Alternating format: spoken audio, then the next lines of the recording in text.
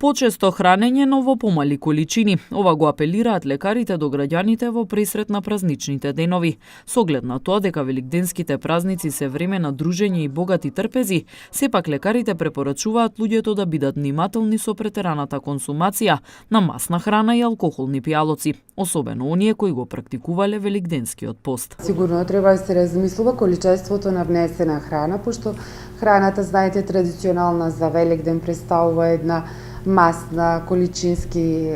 храна која што организмот не може да ја поднесе, односно тој е навикнат на едно друго ниво и затоа треба почесто помали количини да се внесуваат, добро да се жвака храната и што е многу битно и благопријатно да се внесуваат витамински, салати, например.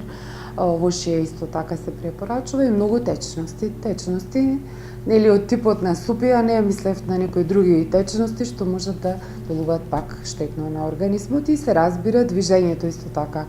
помага овој период, за да се вратиме на некоја избалансирана исхрана, за да немаме проблеми од типот на гадење, поврашење, надуеност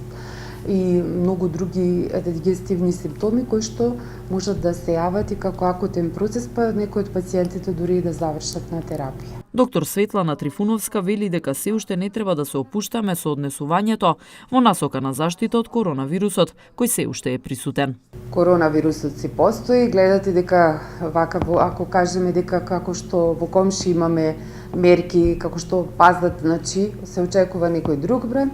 многу би било важно да се работа на билдање на имунитетот, исто така да се прават тие прошетки во природа, да нема големи собирања.